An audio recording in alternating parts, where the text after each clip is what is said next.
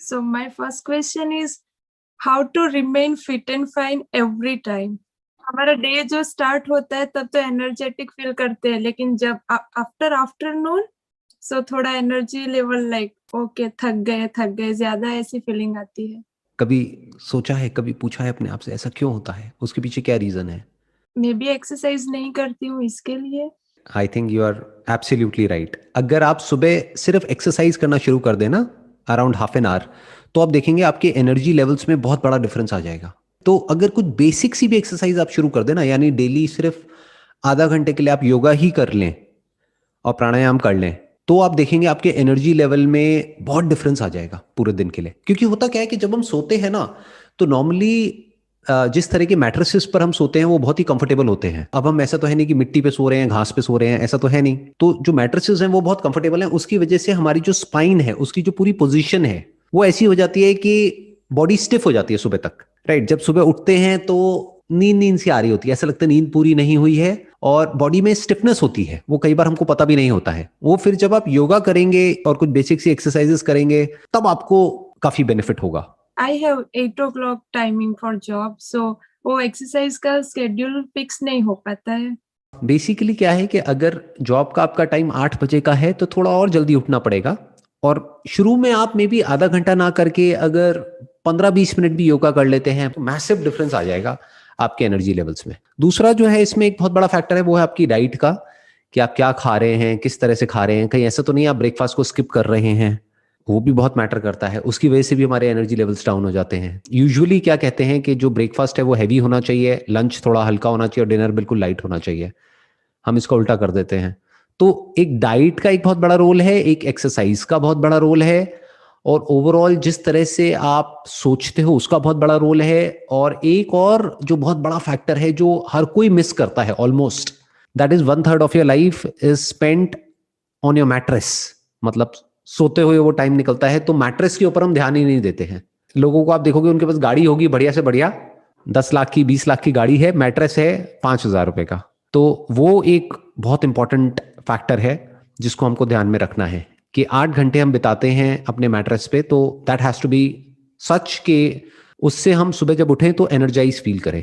तो मैट्रेस को थोड़ा ढंग से चूज करिए जो कि आपकी बैक के लिए, स्पाइन के लिए अच्छा है। थोड़ा अगर उसमें आप इन्वेस्ट कर भी रहे हैं तो that's overall good for your health. उससे भी आप देखेंगे काफी फर्क आएगा आपकी एनर्जी लेवल्स में। क्योंकि अगर रात को नींद अच्छी आती है ना, तो अगला दिन हमारा पूरा अच्छा निकलता है। तो ये तीनों चीजें हैं जो बहुत इंपॉर्टेंट है, that is your sleep, your diet and your exercise. ये तीन चीजों का आप ध्यान रखेंगे तो एनर्जी लेवल्स में बहुत मेजर डिफरेंसेस आएंगे। How can one avoid street food or canned food?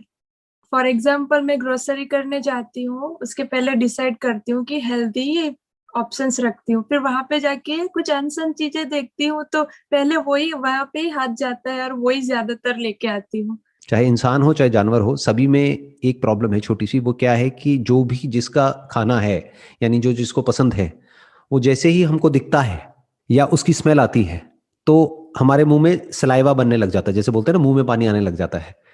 फिर हमारी जो ब्रेन है वो कुछ ऐसे केमिकल्स रिलीज करती है कि हम चाह करके भी अपने आप को रोक नहीं पाते हैं।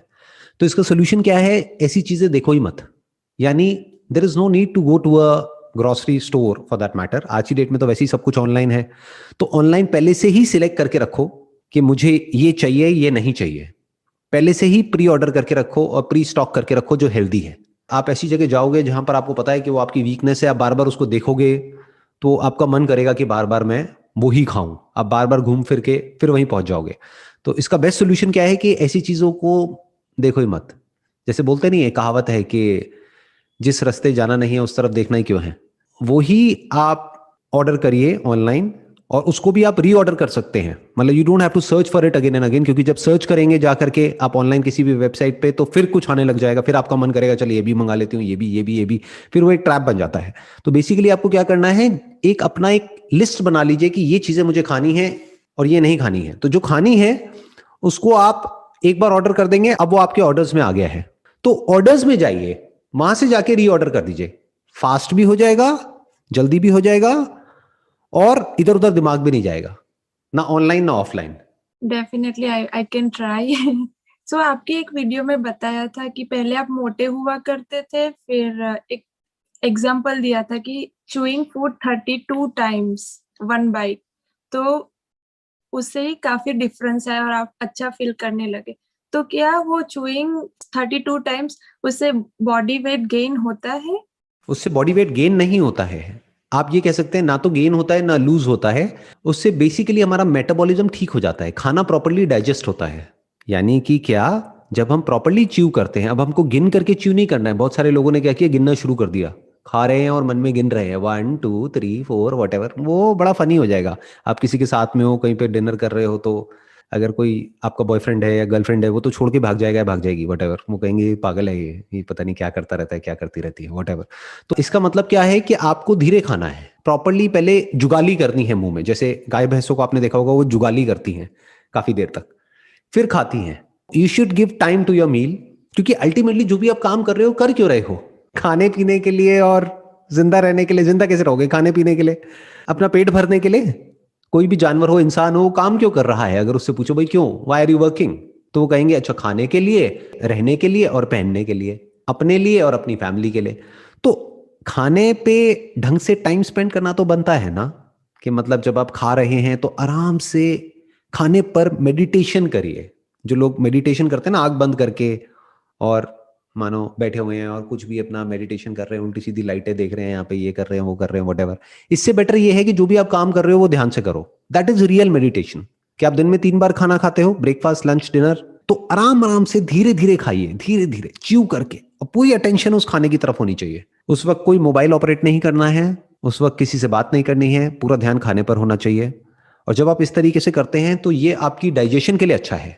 अब डाइजेशन से क्या होता है, आयुर्वेदा में कहा जाता है कि हर बीमारी की जड़ जो है वो पेट है। आज धीरे धीरे जो एलोपैथी है वो भी यही बात कह रही है कि ब्रेन में जो केमिकल्स की जो प्रॉब्लम होती है ना, जैसे मान लो किसी को डिप्रेशन है, क्लिनिकल डिप्रेशन है, तो वो किस वजह से, प्रॉपर्ली सेरोटोनिन नहीं मिल रहा है ब्रेन को। तो वो सेरोटोनिन जो प्रोड्यूस होता है, majority of it is produced in the gut, यानी स्टमक।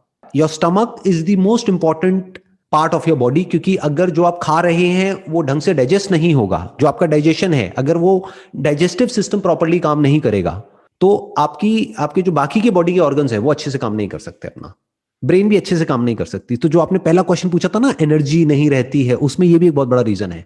हम क्या करते हैं, हम कुछ भी जंक फूड उठाया और खाया और निगल लिया उसको। जैसे कि कोई अजगर है, उसने निगल लिया है, तो हमको पेट में जा करके इकट्ठा हो गया है, और फिर हमको आलसी फील हो रहा है, मतलब वी आर फीलिंग लेजी। तो बेसिकली खाने को जो डाइजेस्ट करने का काम है वो पेट में नहीं होता है, वो मुंह में ही शुरू हो जाता है। यानी जिस वक्त आप चबा रहे हैं ना खाने को, तो उस वक्त जो भी उस खाने को डाइजेस्ट करने के लिए जो एंजाइम्स जरूरी हैं, जो भी केमिकल जरूरी है, जो सलाइवा जरूरी है, वो मुंह में ही डाइजेस्ट हो चुका है आधा, तो बाकी आधा काम पेट में होगा। पूरा काम आपने पेट को दे दिया तो गड़बड़ हो जाएगी। मतलब digestion 50% is in your mouth and 50% is in your stomach.